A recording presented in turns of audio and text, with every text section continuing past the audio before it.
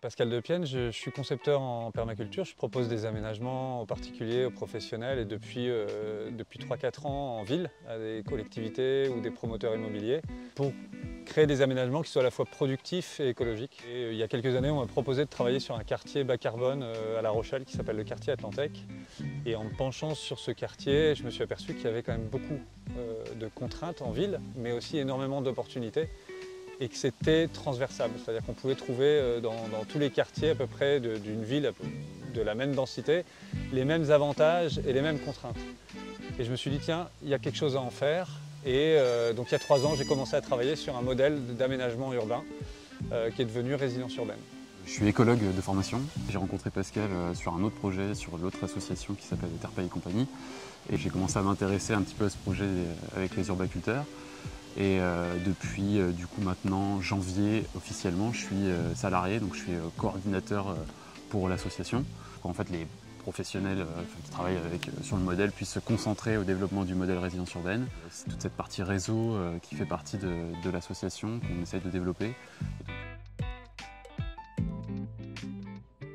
Le travail du modèle qu'on propose, c'est un modèle qui propose d'optimiser les villes pour le stockage de carbone, la production alimentaire et l'accueil de la biodiversité. Nous, on a imaginé que, en fait, en fonction des expositions, du type de sol, de l'emplacement relatif des parcelles, du foncier disponible en ville, les dents creuses, les parcs, tout ce qui est aménageable, on va proposer des fiches ressources qui sont adaptées à remplir ces 3 objectifs.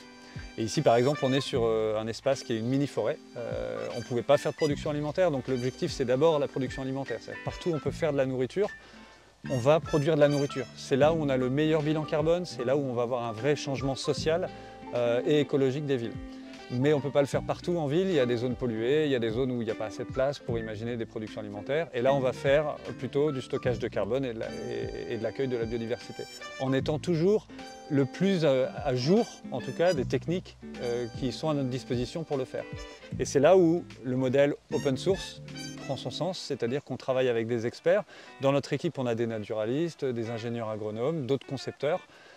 Et ces gens-là vont travailler sur des espaces en ville et à chaque fois qu'on a des opportunités, on va écrire des fiches ressources sur le type de haie biodiversité adapté à telle région, à tel contexte, le type de production alimentaire, les modèles de production alimentaire urbain qui sont toujours de plus en plus innovants et qui évoluent énormément. Et nous, l'objectif, c'est de rassembler des professionnels autour de cette idée, de ce modèle, et de le faire toujours avancer un peu plus précisément pour mettre à disposition à la fois des élus, des collectivités en général, des solutions pour que nos villes puissent faire face aux grands enjeux qui sont devant nous. Aujourd'hui, on est à Neuville-de-Poitou, une commune qui est dans le nord de la Vienne. On a travaillé avec la commune de Neuville pour dispenser finalement un cycle de formation au modèle, présenter le modèle aux équipes des espaces verts qui sont en charge du coup, de tout l'aménagement de la commune. Donc l'idée de cette formation d'abord, c'était effectivement de leur présenter ce que nous on propose avec les urbaculteurs, c'est quoi l'idée du modèle de résidence urbaine, comment on peut envisager les villes différemment. Et suite à cette première formation, il y a un autre cycle de formation qui s'est lancé, et là qui était plus spécifique à des éléments dont on parlait tout à l'heure, de fiches ressources, et notamment dans nos fiches ressources, on a par exemple celui de la mini-forêt. C'est d'abord une première partie qui est très théorique, où on va expliquer le principe de la mini-forêt, qu'est-ce que c'est quoi ses objectifs, ses avantages, comment on installe une mini-forêt finalement. Et ensuite, il y a toute la partie pratique. Et là, aujourd'hui, on se trouve dans l'espace où les équipes des espaces verts ainsi que les élus et nous-mêmes, nous sommes venus la planter. Avec aussi les citoyens. On a convié citoyens, citoyennes, scolaires pour venir planter cette mini-forêt, donc suite à cette formation.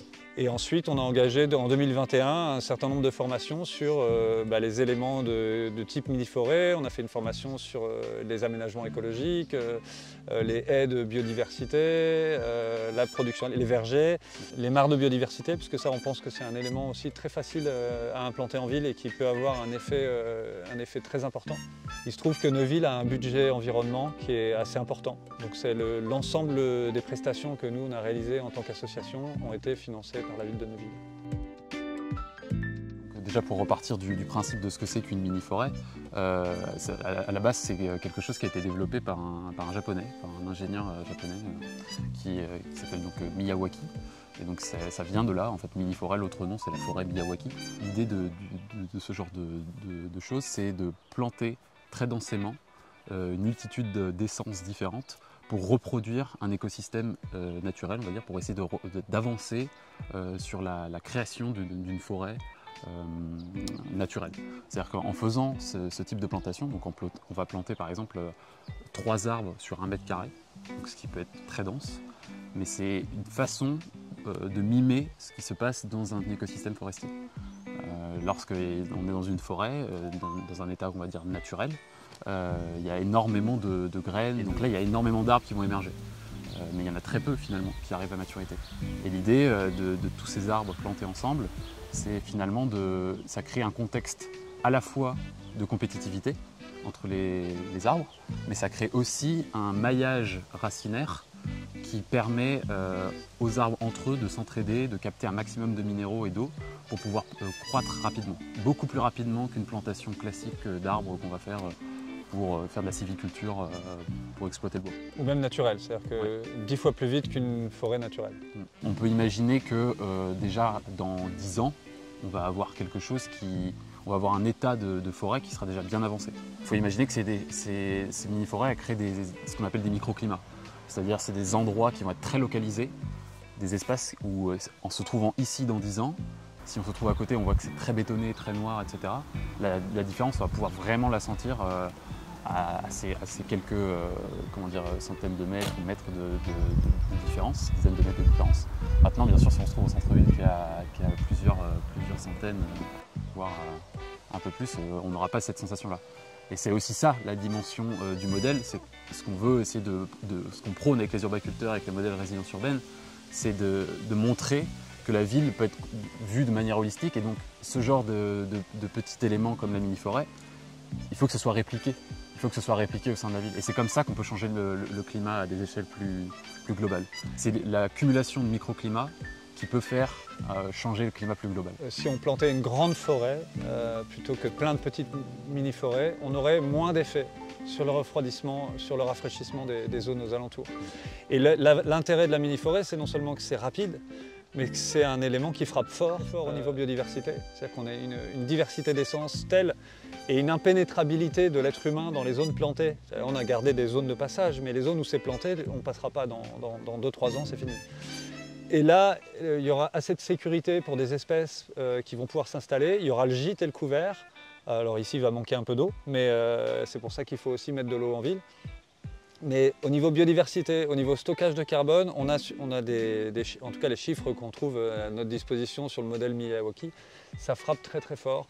Et donc c'est un des éléments qu'il faut privilégier sur des zones en ville où on ne peut pas faire autre chose. Ici, il faut savoir qu'on est sur un espace qui fait un peu plus de 150 mètres carrés, quelque chose comme ça. Et il y a à peu près 25 essences différentes d'arbres. Et ensuite, effectivement, on va avoir des arbres qui vont être plus ou moins grands, des arbres plus petits. Donc c'est ça qui va aussi créer faciliter cet accueil de biodiversité. C'est que vraiment, même au sein du végétal, on va avoir une grosse diversité.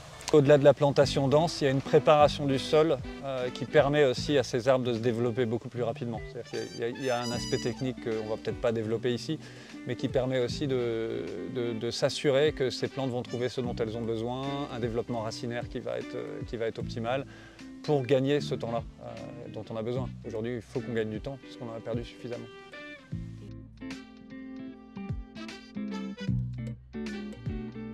Un des objectifs aussi de la formation, des formations qu'on donne avec les urbaculteurs et pour le modèle résilience urbaine, c'est aussi que les personnes formées gagnent en autonomie. C'est-à-dire que l'idée de cette formation, c'est d'amener à l'émancipation des personnes, que ce soit techniques ou des élus, pour qu'ensuite ce soit des automatismes, que ce soit des choses qui viennent tout seuls, qu'il n'y ait pas besoin justement de ce suivi. Et si le modèle est open source, c'est aussi parce que notre but, c'est pas de capitaliser sur ce modèle, c'est bien de le donner au monde en espérant que d'autres personnes comme nous, comme il est open source, viennent participer en rajoutant d'autres fiches ressources. On a des fiches vergers par exemple, où on propose des vergers urbains avec des modèles de développement, une certaine conduite des arbres, tout ça, ça va avancer. On propose aussi une fiche ressources sur les moutons, l'entretien des vergers par les moutons.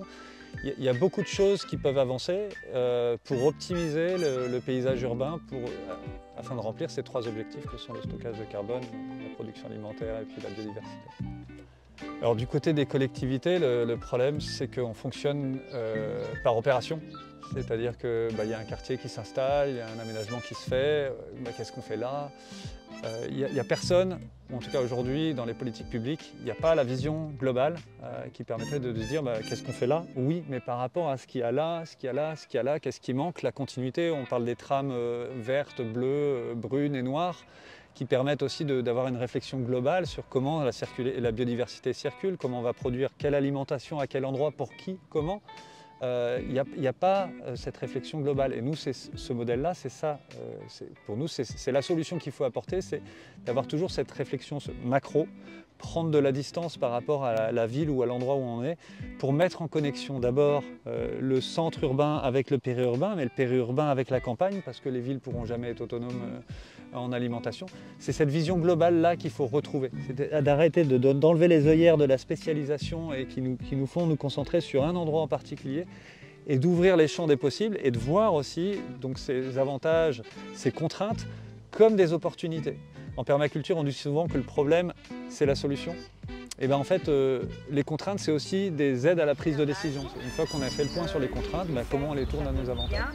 Et puis des pommes de terre, et puis on fait des tomates, parce que le tomate... Je vais prendre juste un exemple qui est central. C'est qu'est-ce qu'on fait des déchets organiques ménagers qui, en 2024, vont être obligés d'être gérés par les collectivités.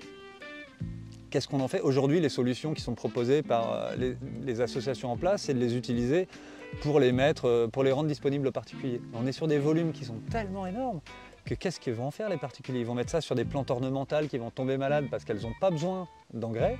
Ou est-ce qu'on a une vraie politique de gestion des déchets? On transforme ça en énergie, en ressources. La ressource fondamentale pour l'agriculture, c'est-à-dire du compost. On sait comment faire, mais il y a des concessions à faire, il faut bien penser la stratégie et puis l'utiliser dans l'agriculture urbaine parce que c'est ça. C'est à la fois un problème d'un côté qui est énorme et c'est une ressource fondamentale pour transformer nos zones infertiles en ville en zones hyper fertiles, très fertiles et propices à une agriculture très intensive. Si quelqu'un veut se saisir de ce genre d'initiative et veut pouvoir amener ce changement dans les villes, c'est aussi prendre le temps de créer du lien et créer de la communication aussi entre ces différents partis. Parce qu'une ville aujourd'hui, c'est des élus certes, mais c'est des espaces verts, c'est des citoyens, c'est des associations, c'est des entreprises, c'est les professionnels. Et là aussi, il y a des gros enjeux. C'est-à-dire qu'on ne va pas pouvoir changer une ville si tous ces acteurs et ces actrices ne sont pas impliqués. Et donc je pense que là, il y a un bel enjeu ici. Et donc nous, c'est aussi ce à quoi on fait face, c'est-à-dire essayer de mettre en lien toutes ces personnes, faire en sorte qu'elles communiquent, qu'elles puissent avancer ensemble. Et aujourd'hui, il y a des espèces de clivages un peu qui existent. Et là, il y a un gros challenge. Et malheureusement, je crois que si on n'arrive pas à casser ces clivages, ça va être beaucoup plus long et beaucoup plus compliqué d'arriver à nos objectifs. Clairement, il faut impliquer les citoyens. D'abord, il faut que les élus soient au service des citoyens et ensuite que les citoyens le sentent vraiment comme une démarche authentique. Comme ça a été le cas, je pense à Neuville, on sent bien qu'on a des politiques publiques qui vont dans le sens de l'aménagement écologique et on voit qu'il y a une réponse des citoyens. Quand on a proposé de planter cette mini-forêt, on a eu 70 personnes qui sont venues, il n'y avait presque pas assez d'espace pour que tout le monde plante son arbre. Finalement, quand on a organisé ce genre de plantation, nous, c'est des choses qu'on a l'habitude de faire dans le monde associatif, par nos autres missions par ailleurs, d'organiser des chantiers collectifs, participatifs, avec l'implication en fait, des citoyens, des citoyennes, de la personne lambda.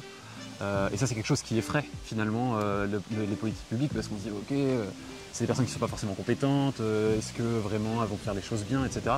Et en fait, les gens ont souhait à faire les choses bien, si on leur fait confiance, si on leur donne aussi les outils nécessaires, parce que là, c'était pas que des citoyens, il y avait, bien sûr, on était là, il y avait les espaces verts, donc il y a des compétences qui sont là pour superviser, ça c'est important. Enfin, les citoyens et les citoyennes sont en demande aussi de ce genre de choses. Et les élus, ce qu'ils ont constaté, c'est qu'effectivement, C'était simple. Le modèle résilience urbaine, et aujourd'hui, l'idée c'est qu'il y ait des professionnels qui s'en saisissent. Et on voit bien qu'il y a une vraie demande des collectivités, mais qui passe par des prestataires professionnels. Donc ce que propose Résilience Urbaine, c'est plutôt de former des professionnels à faire ce genre de choses. Et là, moi, les chantiers que je vois, que je fais en tant que professionnel, et clairement le modèle Résilience Urbaine me sert bien, et moi je sers le modèle Résilience Urbaine. Il y a un aller-retour. C'est cet aller-retour-là qui fera qu'on a un modèle qui va s'enrichir et s'aggrader. Il y a beaucoup de demandes pour faire du verger citoyen, c'est-à-dire au lieu de mettre des arbres d'ornement, et c'est une très bonne idée, hein, c'est ce qu'on propose nous aussi, de remplacer les arbres d'ornement par des arbres fruitiers. D'abord, c'est pas moins joli un arbre fruitier qu'un arbre d'ornement, mais en plus ça va servir la fonction de produire des fruits, de créer du lien social autour de la production alimentaire. La production alimentaire, c'est le vecteur de lien social, que ce soit un maraîcher en ville, et là aussi il y a beaucoup de demandes pour installer des micro-fermes, de réfléchir à des modèles de viabilité économique, parce que le problème de l'agriculture urbaine, c'est pas de faire pousser des salades, hein, c'est vraiment de trouver un modèle qui permet sur des petites surfaces de faire vivre une personne.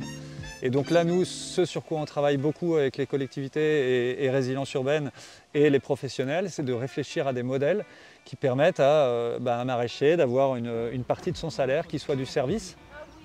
Et ce service, ça peut être de l'animation de jardin partagé, parce qu'il a les compétences. Ça peut être aussi, pourquoi pas, de la livraison, ça peut être de l'entretien du paysage, un peu comme les cantonniers dans le temps. C'est-à-dire qu'on imagine que le gars qui va entretenir les 1500 mètres carrés qui sont dans le parc là-bas, où il produit des légumes, par exemple pour les cantines scolaires, il a un quart de son salaire qui sont des services sur lesquels il peut compter pour stabiliser sa situation économique et qui ne dépendent pas des aléas climatiques, par exemple.